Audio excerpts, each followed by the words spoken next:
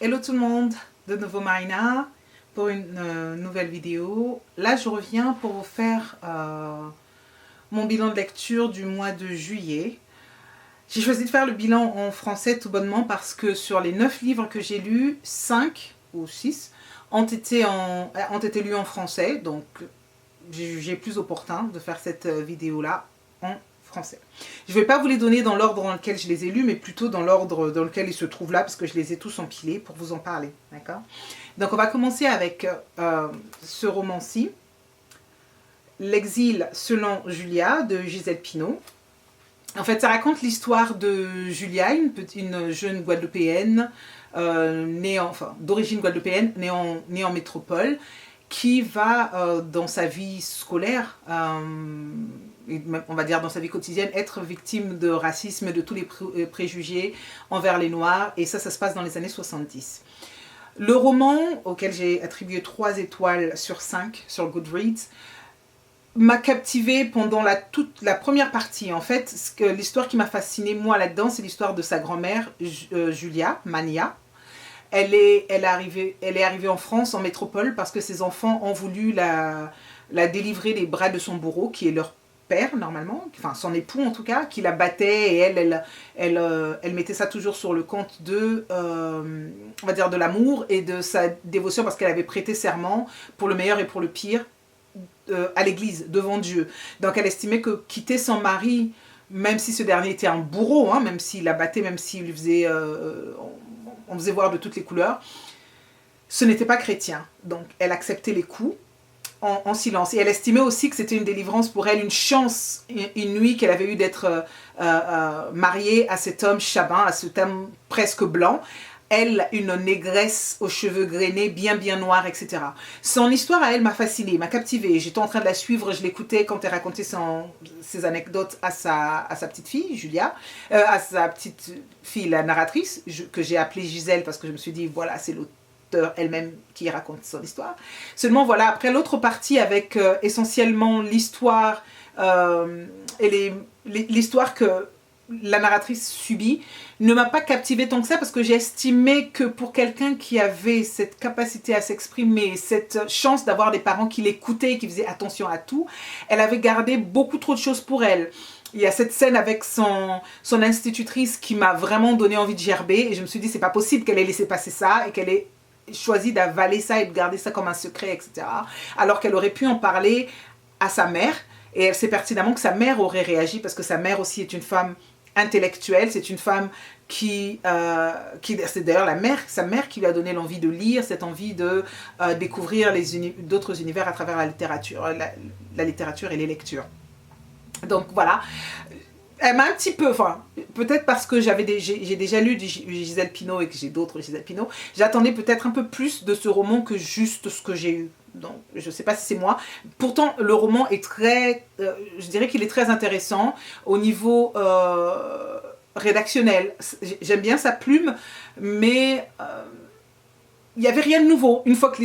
Pour moi, une fois que l'histoire de Mania était passée, je me retrouvais dans la France métropolitaine actuelle, hein, toujours pleine de racisme, mais caché derrière des soi-disant bons sentiments, ça part d'une bonne chose, on doit faire du nègre un être humain, etc. etc. Donc tout est sous-entendu, j'aurais peut-être, je sais pas, peut-être que j'ai cherché plus que ce que j'ai eu à manger, mais le livre en lui-même est très intéressant, donc 3 étoiles sur 5. J'ai aussi lu celui-ci, donc de Yannick Lahens, Guillaume et Nathalie. J'ai eu la chance de lire d'autres romans de Yannick Lahens que j'ai apprécié beaucoup plus que j'ai apprécié celui-ci. Concrètement, là, dans Guillaume et Nathalie, c'est plus l'histoire d'un désir physique, sexuel, etc., entre la tension sexuelle qui peut exister entre Guillaume et Nathalie. C'était bien, je ne pense pas que je sois prude ou pudique ou autre, voilà. Mais il y avait peut-être un peu trop de... Il y avait du sexe, ouvertement. J'étais pas préparée, peut-être que j'étais pas prête. Ce que j'ai aimé moins dans ce roman, c'est plus le fond historique ou le fond politique qu'il y avait dans ce roman. J'ai aimé me balader dans la capitale, de rencontrer les différentes castes, je vais les appeler comme ça, hein, qu'on a à Haïti, parce que il est une fois de plus là-dedans aussi question de colorisme. Je pense que c'est un thème que l'auteur affectionne particulièrement, même si moi personnellement j'ai trouvé qu'il était beaucoup plus explicite dans La Maison du Père qu'ici, mais il y a quand même des exemples qui nous sont donnés qui parfois me foutaient les boules, quoi. Je me disais, ah, nous sommes quand même à Haïti, et quand on nous parle d'Haïti, première république noire, et qu'on voit qu'en fait être noir en Haïti, c'est pas évident, c'est pas facile, c'est même très très difficile. Je me dis, en fait, finalement, après avoir lu ce livre, je me dis finalement être noir, ce n'est bon nulle part. Ce n'est bon nulle part. Même dans les pays où on se dit, purée, c'est censé être à majorité noire, et donc on devrait être bien entre nous. Il y a quand même comme ça des classes. Voilà, et en haut de l'échelon, évidemment, on a les clairs de peau, les moins clairs, et tout en bas, il y a ceux qui sont les éternels servants ou serviteurs, ceux qui sont noirs ou très, très négroïdes. Donc, ouais, je ne peux pas vous en dire plus sans spoiler, mais à lire si vous êtes confortable avec des scènes sexuellement explicites. Voilà. J'ai aussi lu La femme aux pieds nus de Scholastic Mukasonga. C'était ma première fois avec Scholastic Mukasonga, et ce ne sera pas ma dernière. Ce roman est décrit comme un hommage aux femmes battantes, aux femmes courageuses du Rwanda, hein, aux femmes Tutsi qui ont survécu.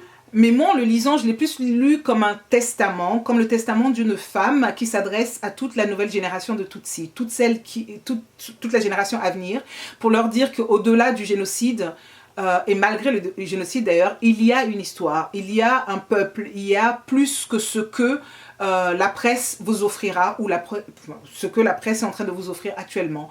Elle explique elle explique les coutumes, les traditions, comment c'était fait et surtout pourquoi c'était fait.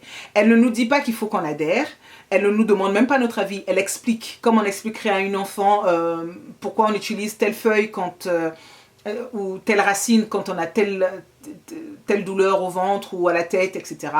Pourquoi on prépare les femmes avant l'accouchement, pourquoi ça se passe comme ça, comment se passe le baptême, etc. Comment on en est arrivé à devenir catholique dans un pays où les gens croyaient plutôt en d'autres dieux, en d'autres coutumes, etc. C'est explicite, c'est bien fait, c'est le genre d'histoire qu'on aimerait raconter à nos enfants autour du feu le soir, ou même le soir avant de se coucher. C'est pas...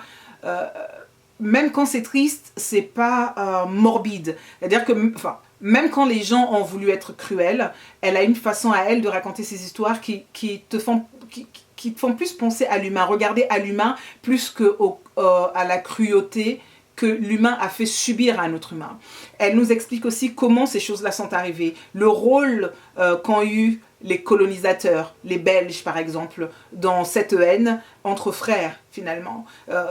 Cette haine qui a conduit au génocide, à ce que nous connaissons, à ce que nous entendons tous les jours. Mais au-delà de ça, elle voulait expliquer ce que ces femmes-là représentaient, ce qu'elles vivaient avant qu'on ait voulu les exterminer. On les avait déjà rejetées d'une certaine part, on les avait parquées dans leur propre pays, ils n'avaient pas la liberté de se mouvoir ou même de s'exprimer dans un pays qui était censé être le leur au même titre que les autres. Donc voilà, j'ai beaucoup aimé, ça se lit très vite.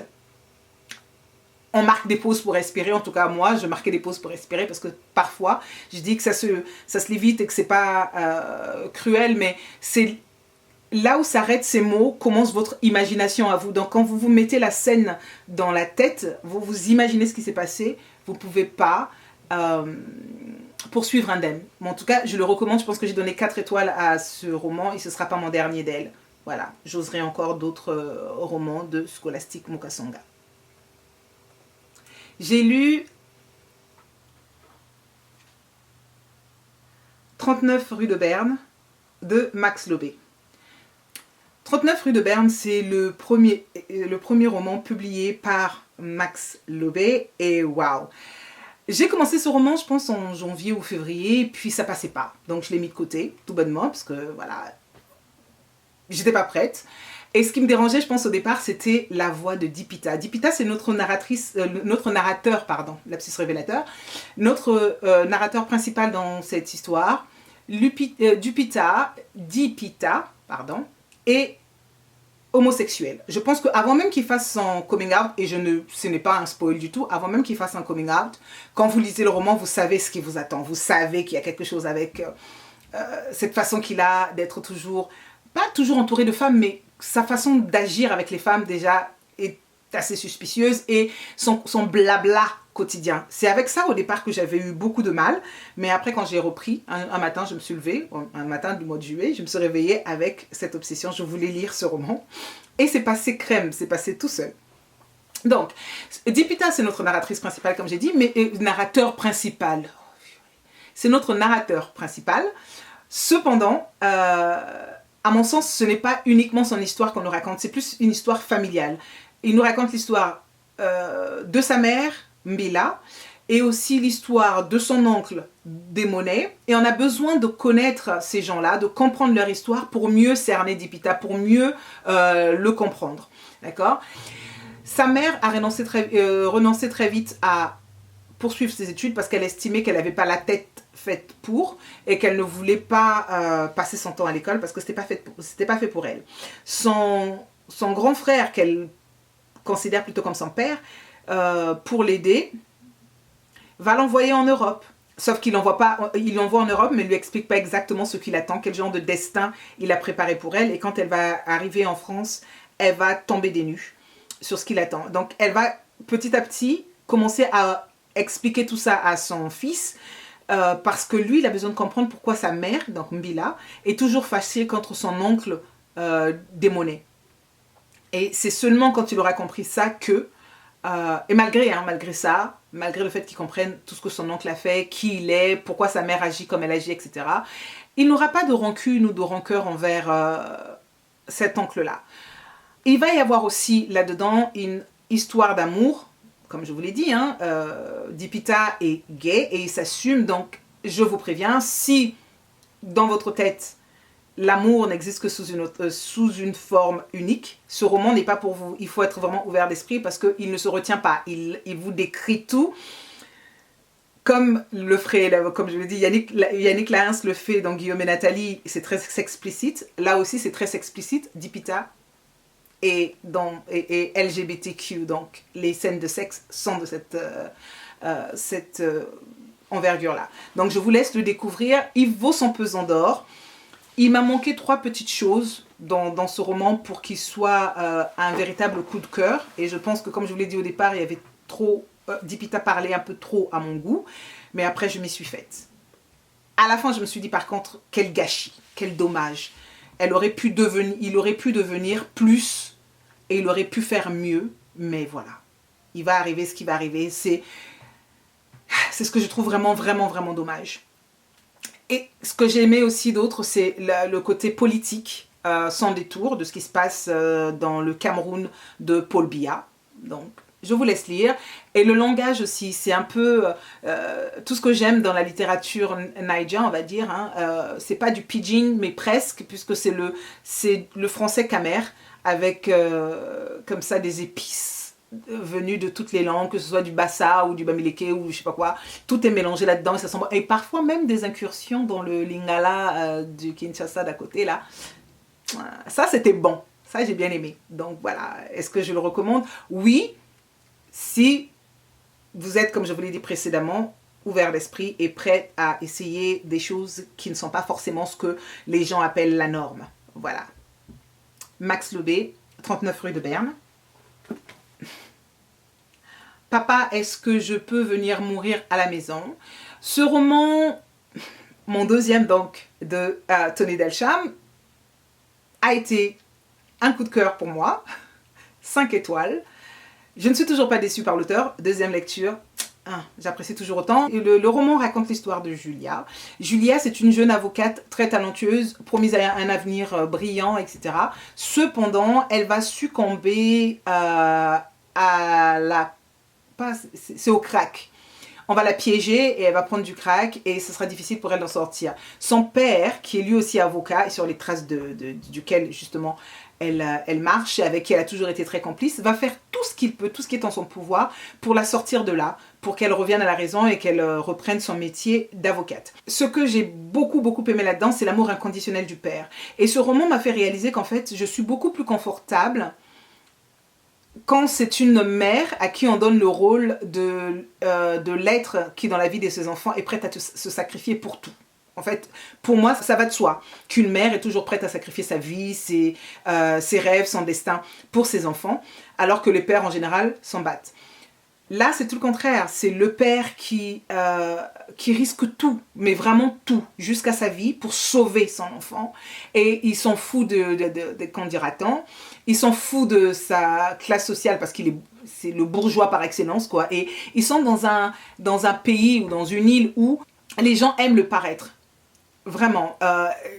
À certains moments même, on a l'impression que la femme, elle ne vit que pour le qu'en dira-t-on, qu'est-ce que les gens vont penser. Elle est prête à sacrifier son enfant juste pour que les gens la voient comme quelqu'un de bien. Et j'ai pas aimé, j'aimais pas du tout la maman, je me suis retrouvée à la juger. J'ai pas l'habitude de faire ça, mais là, franchement, le personnage de la mère, je vous laisse la découvrir. Franchement, ce roman, moi, waouh. Par moments, il était tellement sombre que même nous, en tant que lecteurs, on sombre avec ce récit-là. Et parfois, il y avait comme ça la lumière qui jaillissait de je ne sais où, cette force, cette détermination, toute l'énergie qu'il y avait.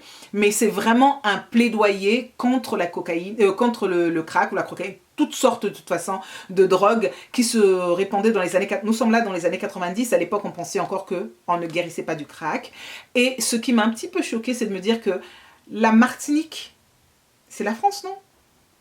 Enfin, je pensais. Et quand je lisais, j'avais l'impression que ça arrivait dans un autre pays, tellement... Non seulement les politiciens en métropole étaient complètement indifférents, mais en plus, les gens importants ou les politiciens sur place étaient même les instigateurs parce qu'ils savaient qui étaient les dealers, comment ils procédaient, mais ils les protégeaient parce que la plupart du temps, ces dealers-là, c'était leurs propres enfants. Donc ils se faisaient leur maille sur le dos du peuple, sur des gens bien. Ça leur importait peu les malheurs qu'ils causaient, les ménages qu'ils brisaient, tant qu'ils pouvaient se faire de l'argent et tout ça. Donc j'ai bien aimé en plus le duo père-fille là-dedans. Bref, je ne vais pas trop en dire pour ne pas spoiler, parce que si je commence à aller dans le duo nanana, je vais vous donner des idées de la direction que prend le roman. Tout ce que je peux vous dire, c'est que je l'ai trouvé très féministe. J'ai aimé les positions, en fait, les prises de position du papa de Juliana. Et ouais, est-ce que je recommande? Franchement, j'ai donné 5 étoiles, donc à vous de juger. J'ai aussi lu Les Rapaces de Marie Vieux-Chauvet. Ce roman nous raconte un petit peu la vie politique en Haïti. Et ce qui m'a fasciné là-dedans, c'est sa façon de diviser le roman. Ce roman est divisé en 3 parties. Et ces 3 parties nous sont pratiquement racontées à travers les yeux d'un chat. Bien entendu, le chat ne parle pas, hein, c'est pas le genre de truc où le chat arrive et nous dit ci, nous dit ça, mais on lui donne la voix et on voit à travers ses yeux et à travers lui aussi, on voit les différents maîtres qui ont pu parcourir sa vie jusqu'à la fin. J'ai beaucoup aimé le côté... En fait, chaque fois que le chat changeait de propriétaire, en quelque sorte, nous, en tant que lectrices aussi, on changeait d'univers. On commence par les parvenus, les riches, on arrive dans la classe moyenne, puis après on arrive vraiment dans la pauvreté. Et on nous montre comment cette pauvreté est même créée, en fait, fabriquée par ceux qui sont en haut. Et comment ceux qui sont censés gouverner ce pays disent qu'ils sont au service du peuple, mais en fait, ils n'en ont rien à faire du peuple. Ils ont besoin du peuple simplement pour leur profit.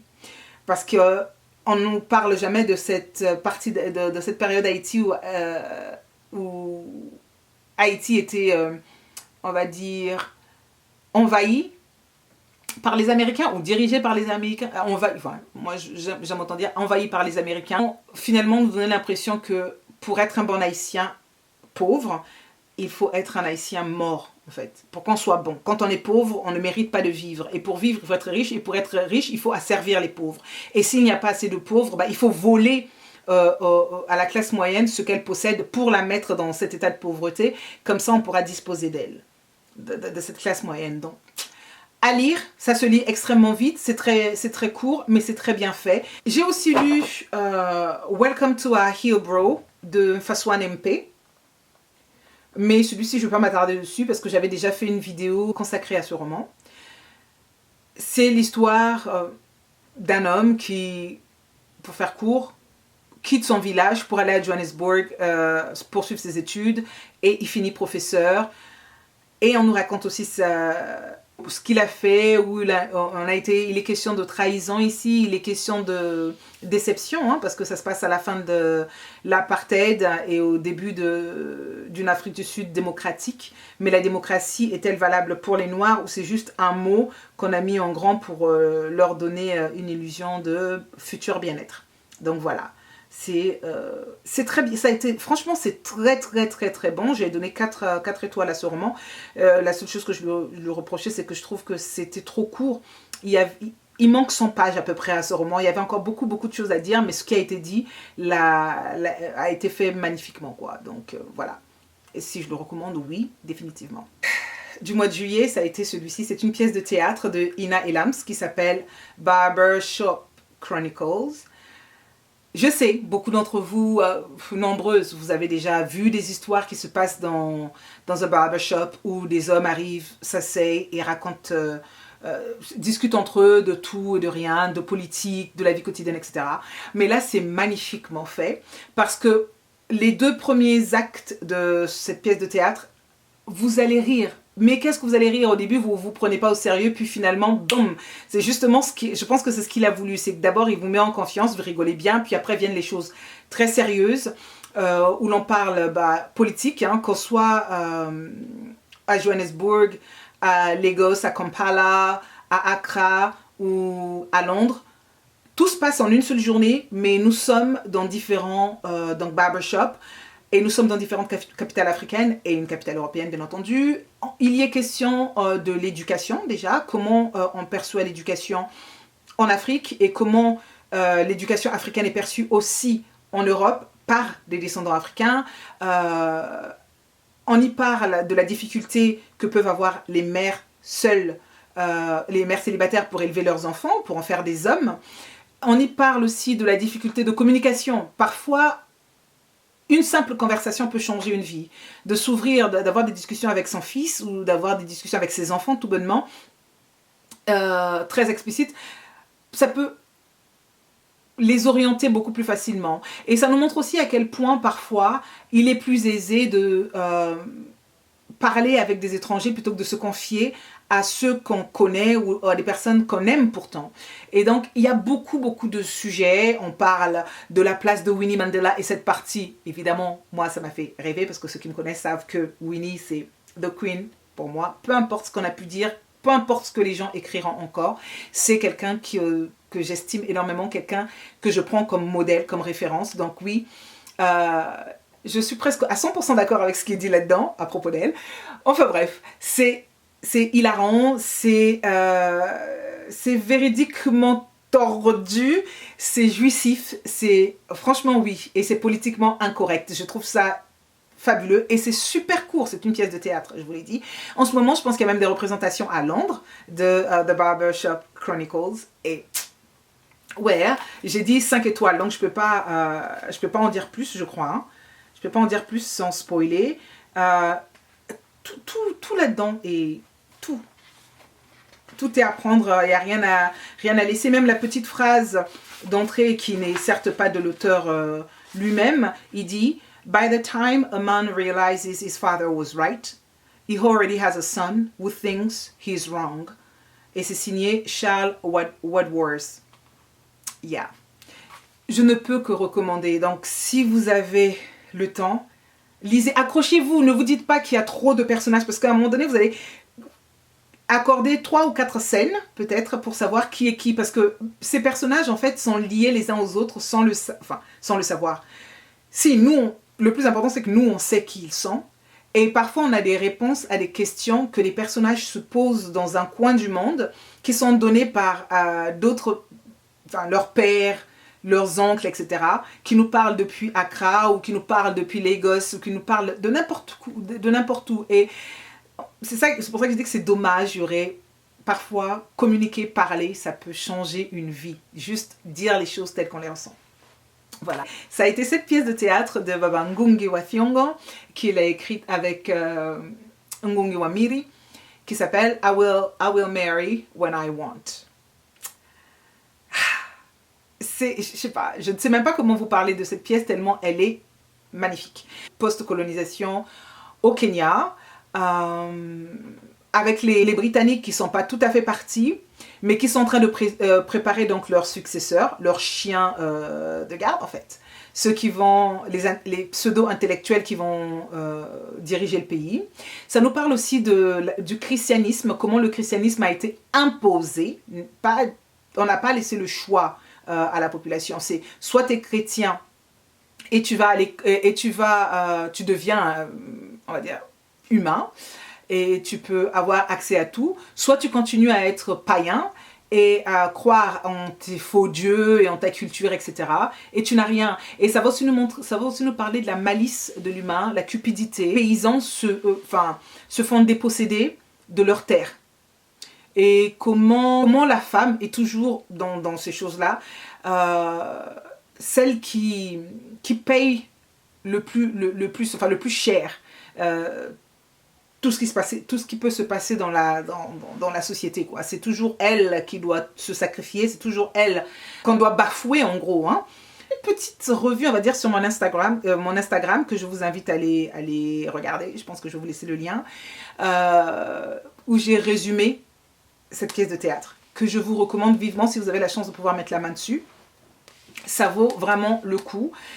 Le féminisme, il y est, je trouve que c'est saupoudré ici et là, et je suis de ces personnes qui trouvent toujours fabuleux quand ce sont des hommes en fait qui parlent du féminisme, qui ne le nomment pas tel quel, mais qui prennent position pour les femmes. Empruntez-la, lisez-la, je ne sais pas si elle a été traduite en français, mais voilà, même en anglais. Ça, c'est pas du Wole Soyinka, donc je trouve que le niveau d'anglais est assez aisément accessible. Voilà. En parlant de Wole Soyinka, c'est ma lecture du moment. La mort et l'écuyer du roi, donc Death and the King's Horseman. C'est la pièce que je suis en train de lire, que je veux finir ce soir d'ailleurs, et je pense qu'il me reste 5 à 6 pages. Et puis voilà, donc ça sera ma première lecture du mois d'août. Voilà. C'est tout ce que j'avais pour vous aujourd'hui. J'espère que ça vous aura inspiré, que ça vous aura plu. Je vous dis à très bientôt dans une nouvelle vidéo. Bye bye.